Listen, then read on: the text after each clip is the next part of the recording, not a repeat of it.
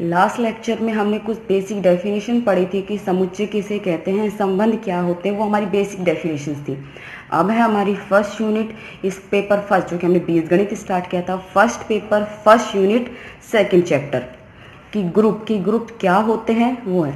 तो सबसे पहले कुछ डेफिनेशंस हैं हमारी, उन डेफिनेशंस को जब हम समझ लेंगे तो उसके बाद हम पढ़ेंगे कि ग्रुप क्या होता है।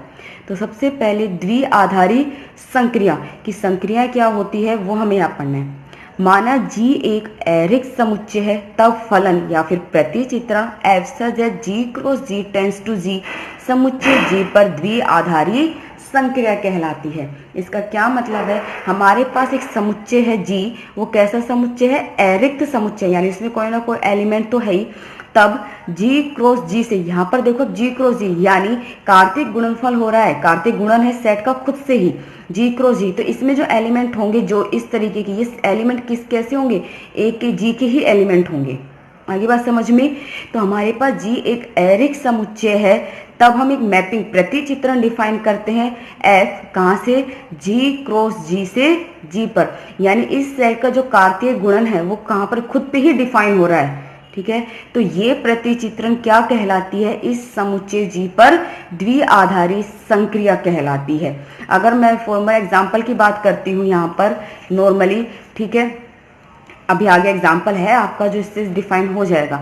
तो जी कोई भी एरिक समुच्चय है तो जो ये मैपिंग होती है एफ की जी क्रॉस जी से जी पर, यही क्या कहलाती है, जी पर द्विआधारी संक्रिया कहलाती है।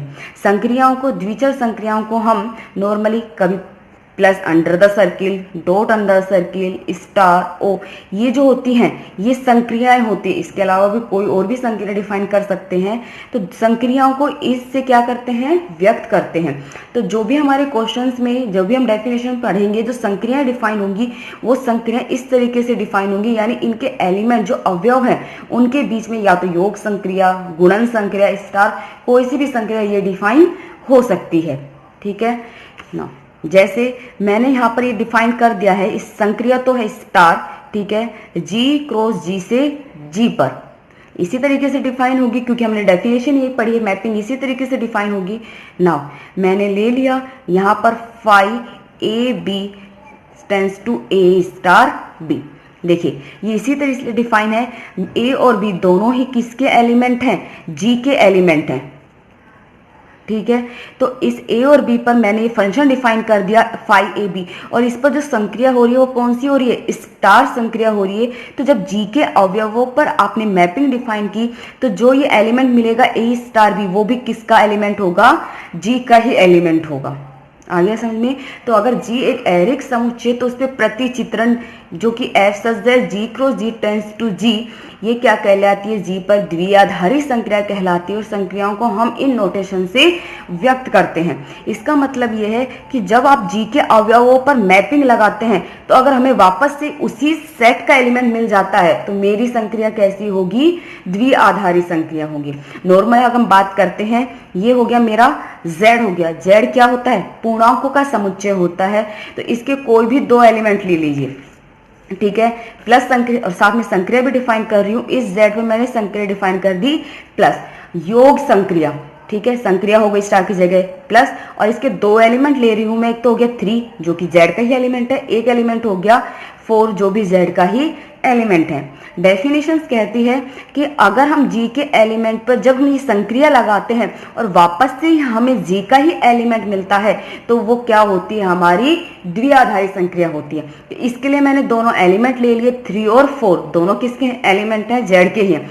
संक्रिया कौन सी दी है आपको, योग संक्रिया है। तो लगाइए इन दोनों एलिमेंट्स के बीच में जब योग संक्रिया लगाओगे 3 + 4 3 तो कितना आ गया 7, और ये भी किसका एलिमेंट है, z का ही एलिमेंट है, क्योंकि 7 z का एलिमेंट होता है। तो यानी जो z प्लस योग ये प्लस है, ये क्या है, मेरी द्विआधारी संक्रिया है। ठीक है, तो आपकी डेफिनेशन भी मैंने यही समझाई हुई है यहाँ पर इस तरीके से। तो अगर G एक एरिक समुच्चय है तो हम एक प्रतिचित्रण डिफाइन करते हैं F, जो कि G क्रॉस G से G पर ही डिफाइन होता है। वो G समुच्चय G पर क्या कहलाता है, द्विआधारी संक्रिया कहलाता है। द्विचर संक्रिया को हम प्लस, डॉट, स्टार इन सभी से व्यक्त करते हैं। जैसे फाइव ये संक्रिया हो गई स्टार, जी क्रॉस जी से जी पर, जी के दो एलिमेंट ले लिए ए बी, तो five of A B tends to A star B, तो ये एलिमेंट भी किसका मिलेगा, जी का ही मिलेगा, जहां ए और बी क्या है, जी का ही एलिमेंट है।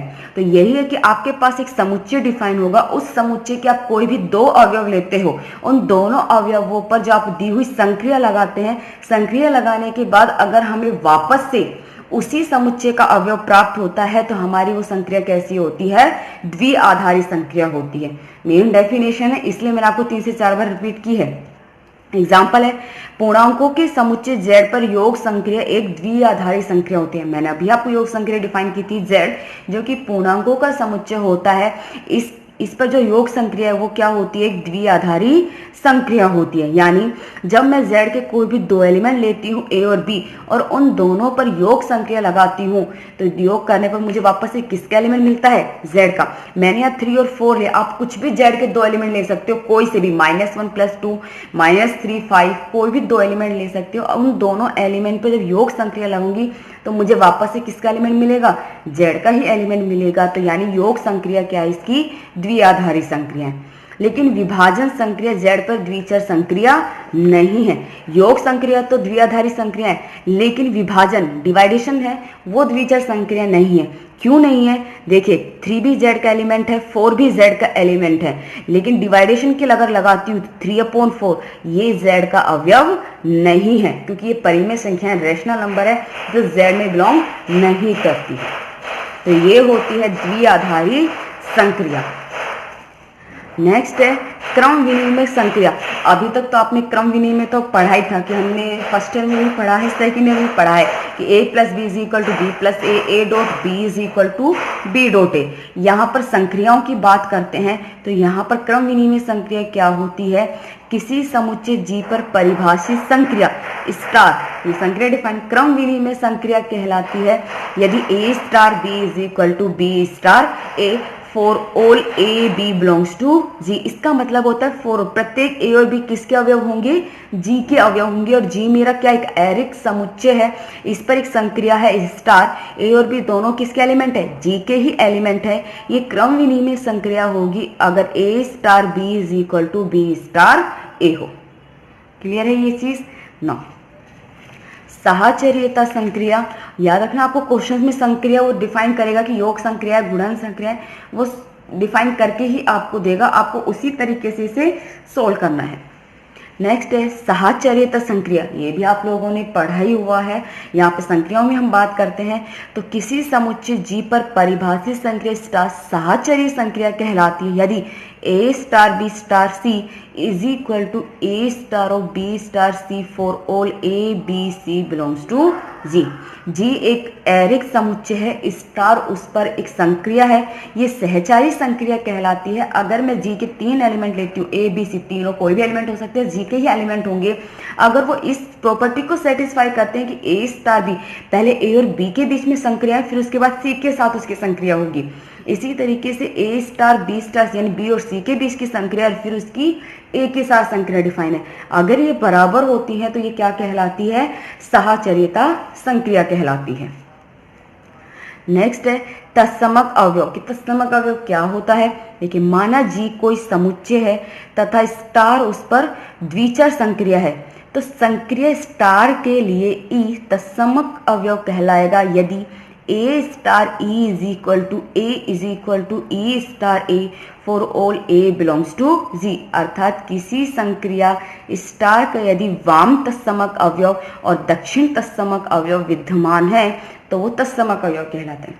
नॉर्मल डेफिनेशन से देखिए, G हमारे पास कोई भी एक एरिक समुच्चय है, स्टार उस पर द्विचर संक्रिया दी हुई है, तब एक एलिमेंट क्या कह रहा है, E तत्समक अवयव कहलाता है अगर a star e = e star a हो।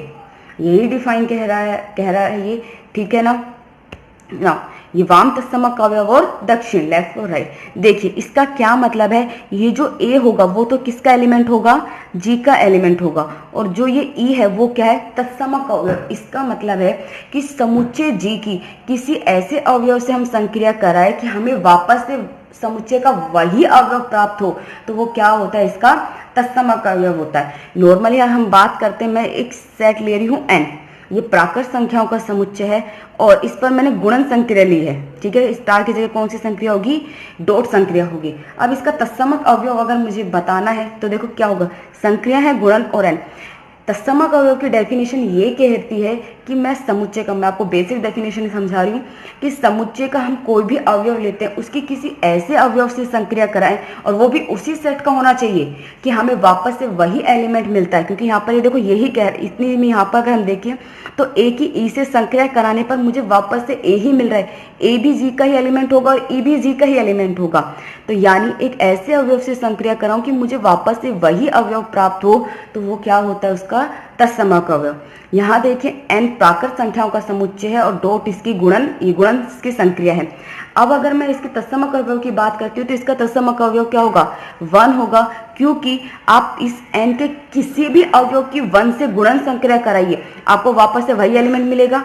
मैंने 2 ले लिया, n इसका तत्समक अवयव हो गया 1 और एलिमेंट ले रही 2 × 1 2, 5 × 1 5, यानी 1 से जब मैं किसी की भी एलिमेंट की संक्रिया करा रही हूँ, गुणन संक्रिया, मुझे वापस से वही एलिमेंट क्या मिल रहा है, वापस मिल रहा है। तो यानी 1 क्या हो गया, इसका तत्समक अवयव हो गया। आगे बात समझ में, तो किसी भी समुच्चय का वो अवयव जिसके ऐसे अवयव संक्रिया कराएं जो भी सेट का ही एलिमेंट होगा, मुझे वापस से वही एलिमेंट मिलता है, तो वो क्या कहलाता है, उसका तत्समक अवयव कहलाता है। यहाँ n डॉट में गुणन संक्रिया में 1 क्या है, इसका तत्समक अवयव है और 1 इसका एलिमेंट भी है कि मुझे वापस से वही एलिमेंट तो मिल रहे हैं। और ये यहाँ पर करो 1 × 2 तो भी 2, तो 1 क्या हो गया, इसका तत्समक अवयव हो गया। अगर बात करती हूँ n+ की, देखो योग संक्रिया के लिए तत्समक अवयव क्या होता है, 0, क्योंकि आप संक्रिया कौन सी दी हुई है, योग दी हुई है। अब 0 में किसी भी एलिमेंट को ऐड करो, आपको वापस से वही एलिमेंट मिलता है, 0 + 1 1, 0 + 2 2। लेकिन जो 0 है वो n का अवयव नहीं है। आगे बात समझ में, क्योंकि n प्राकृत संख्याओं का सेट है जिसमें 1 से एलिमेंट होते हैं, 0 इसका अवयव नहीं है।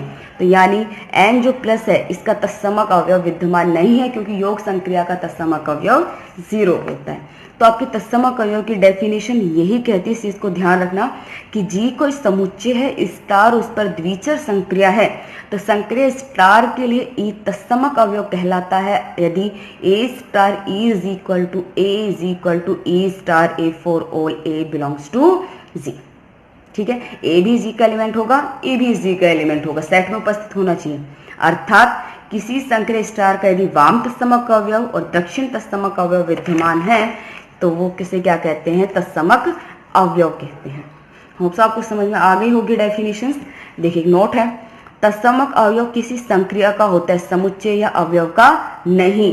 कि जो तत्समक अवयव होता है वो संक्रिया का होता है, किसी सेट का या किसी एलिमेंट का डिफाइन नहीं करते। हम संक्रिया के लिए तत्समक अवयव परिवार डिफाइन करते हैं, ना कि किसी समुच्चय या फिर उसके अवयव का। ठीक है, किसी भी संक्रिया का केवल एक ही तत्समक अवयव होता है और कभी ऐसा भी होता है कि किसी भी संक्रिया का कोई तत्समक अवयव विद्यमान नहीं हो।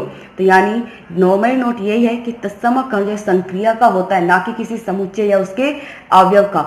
और प्रत्येक संक्रिया का जो तत्समक अवयव होता है वो केवल एक ही होता है, और ये भी हो सकता है कि संक्रिया का तत्समक अवयव विद्यमान नहीं हो। जैसे n+ का, इसका तत्समक अवयव विद्यमान नहीं है क्योंकि इसका तत्समक अवयव 0 होता है, जो कि इस n में विद्यमान नहीं है। ठीक है, नेक्स्ट है प्रतिलोम अवयव। कि प्रतिलोम अवयव क्या होता है, देखिए माना जी एक समुच्चय है तथा स्टार उस पर द्विचर संक्रिया है, तथा ई माना ई द्विचर संक्रिय स्टार के लिए जी का तत्समक अवयव है, तब अवयव A' जो कि सॉरी S नहीं आएगा, यहाँ पे G ही होगा, A' बिलोंग्स टू G अवयव, ये भी G है आपका, S नहीं है।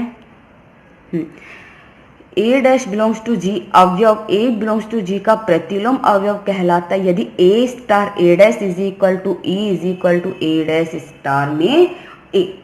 आई बात समझ में, ये देखो क्या कह रहा है, आपको प्रतिलोम अवयव फाइंड करने के लिए सबसे पहले आपके पास तत्समक अवयव होना चाहिए। अगर आपके पास तत्समक अवयव नहीं है तो प्रतिलोम अवयव फाइंड नहीं कर सकते हो। ठीक है, नाउ प्रतिलोम अवयव की डेफिनेशन क्या कह रही है कि जी एक समुच्चय है, स्टार उस पर संक्रिया है, और हमने मान लिया कि इस समुच्चय जी का ई क्या है, तत्समक अवयव है।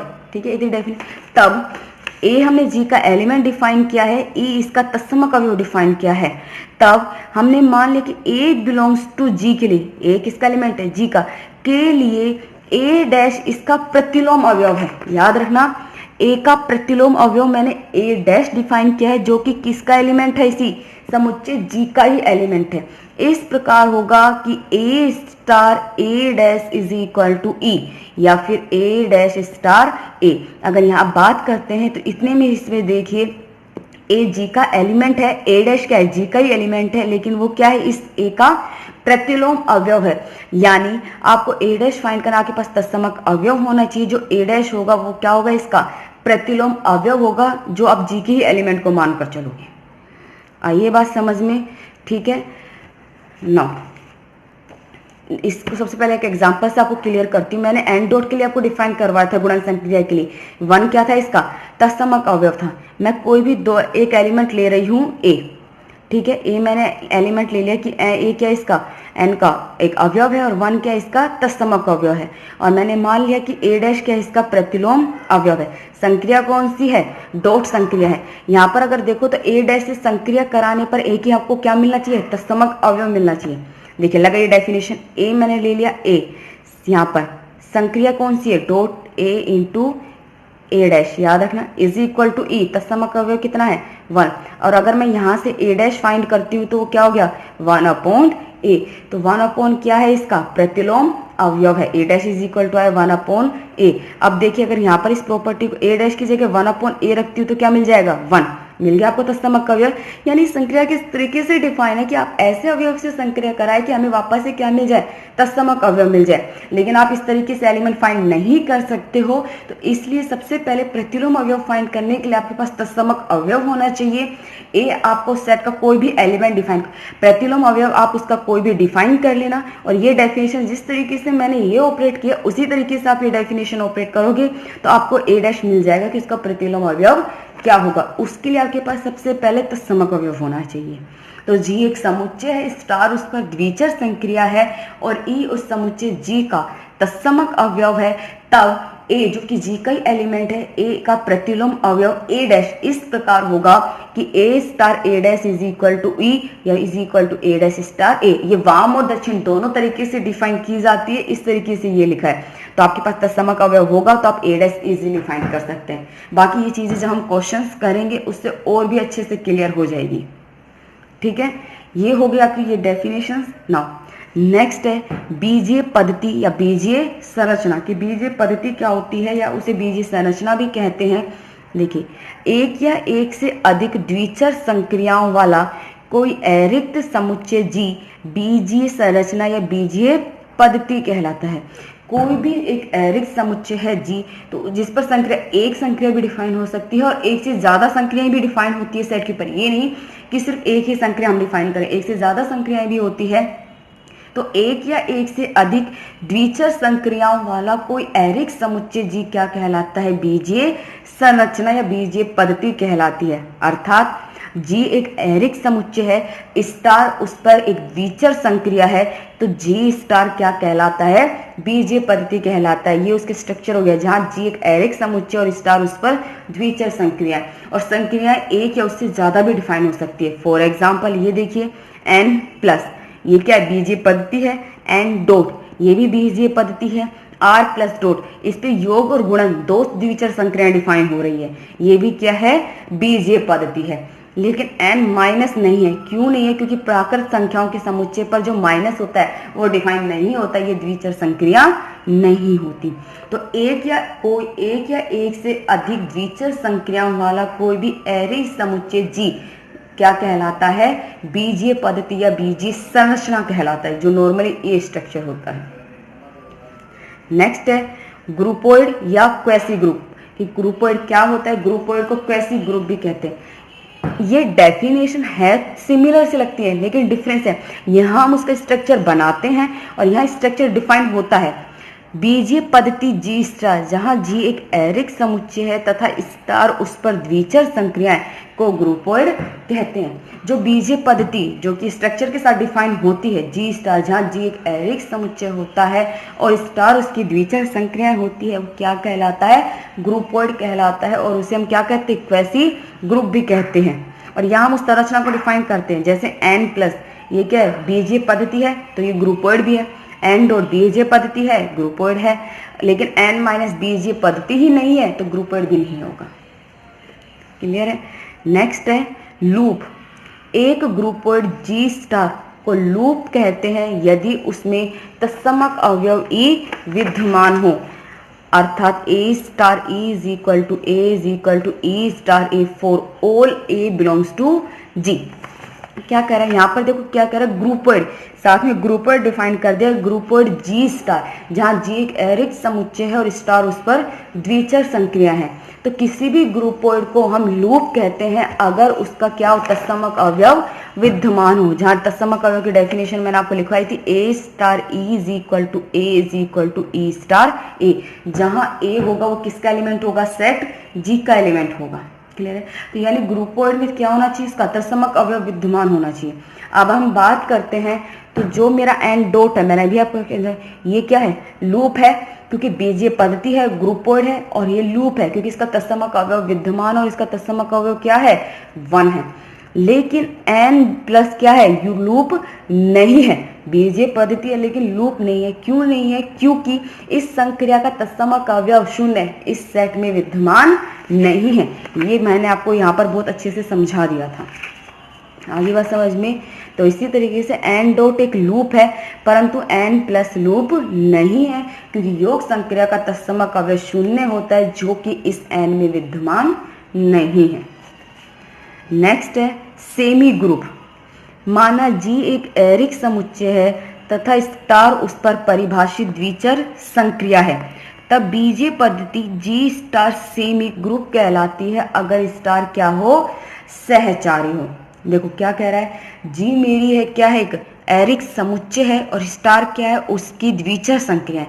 तो बीजीय पद्धति जी स्टार सेमी ग्रुप कब कहलाती है? जब वो अगर सहचारी संक्रिया भी हो। और सहचारी संक्रिया मैंने आपको डिफाइन करवाई थी, a star b star c is equal to a star b star c for all a b c belongs to g। यानी अगर बीजीय पद्धति g स्टार मेरी सहचारी हो तो वो क्या कहलाती है? सेमी ग्रुप कहलाती है। Example n plus n dot z plus z। n प्राकृत संख्याओं का समुच्चय, z पूर्णांकों का समुच्चय, q परिमेय संख्याओं का समुच्चय और r वास्तविक संख्याओं का समुच्चय। ये सभी क्या है? सेमी ग्रुप है, क्योंकि ये बीजीय पद्धति भी है और ये सहचारी नियम का पालन करती है। आप चाहो तो इन एग्जाम्पल कोई भी सेट का, z का, q का, r का, n का, आपको सबको पता है, कोई भी 3 एलिमेंट्स ले लेना और ये प्रॉपर्टी सेटिस्फाई करवाना। आपकी प्रॉपर्टी सेटिस्फाई होगी सेमी ग्रुप। लेकिन n माइनस सेमी ग्रुप नहीं है। क्यों नहीं है? क्योंकि ये तो बीजीय पद्धति ही नहीं है, क्योंकि माइनस संक्रिया n पर डिफाइन नहीं होती। ये सेमी ग्रुप नहीं है तो क्योंकि बीजीय पद्धति नहीं है। और z माइनस बीजीय पद्धति है लेकिन सेमी ग्रुप नहीं है, क्योंकि माइनस संक्रिया z में सहचारी नहीं होती। आप कोई भी एलिमेंट ले लेना, ये नहीं थी 1 ले लिया, -2 ले लिया और 3 लगाओ, और संक्रिया मैं ले रही हूँ प्लस। तो देखियो 1 plus -2 plus 3 is equal to कितना हो जाएगा? -2 प्लस 1 1 और 4, यही आएगा सोल्व करोगे। अब राइट हैंड साइड की करती हूँ, 1 प्लस -2 प्लस 3 कितना आ गया? 2 बराबर नहीं है। क्लियर है ये चीज? तो n plus n dot z plus q dot r plus semi group है। n माइनस सेमी ग्रुप नहीं है क्योंकि बीजीय पद्धति नहीं है, क्योंकि माइनस संक्रिया प्राकृत संख्याओं के समुच्चय n पर डिफाइन नहीं होती और ये बीजीय पद्धति नहीं है, इसलिए सेमी ग्रुप भी नहीं होगा। z माइनस संक्रिया पूर्णांकों के समुच्चय पर डिफाइन होती है, बीजीय पद्धति तो है लेकिन सेमी ग्रुप नहीं है। ये मैंने आपको एग्जाम्पल से बता दिया है। ठीक है, नेक्स्ट है मोनोइड। यदि किसी सेमी ग्रुप जी स्टार में संक्रिया का तत्समक अवयव विद्यमान हो तो जी स्टार को मोनोइड कहते हैं।